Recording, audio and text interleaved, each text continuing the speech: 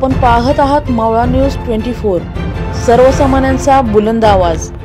आज या ठिकाणी महाराष्ट्र नवनिर्माण सेनेच्या वतीनं आमचे कोल्हापुरातील आमचे बंधुतुल्य मित्र माणिकराव पाटील चोईकर या ठिकाणी आमरण उपोषणाला बसलेले आहेत। गेली 40 वर्ष 6 जिल्ह्यातील वकील संघटना या कोल्हापुरात खंडपीठ झालं पाहिजे यासाठी अविरतपणे लढा देतात, परंतु या गेंड्याच्या कातडीला जाग का येत नाही। गेल्या रविवारपासून आमचे मित्र या ठिकाणी एक कोल्हापूरकर आमरण उपोषणाला बसलेले आहेत। जर काय यांच्या जीवास बरं वाईट झालं किंवा धोका संभवला तर महाराष्ट्र नवनिर्माण सेना या लढ्यात मनसे स्टाईलनं उतरणार।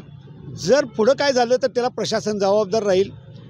या ठिकाणी जर खंडपीठसाठी जर कोल्हापुरातील एक आमचा युवक जो स्वतःच्या प्राणाची बाजी लावत आहे आणि जर 3 माकडाची भूमिका जर प्रशासन घेत असेल तर त्याला जाग आणायचं काम महाराष्ट्र नवनिर्माण सेना करणार।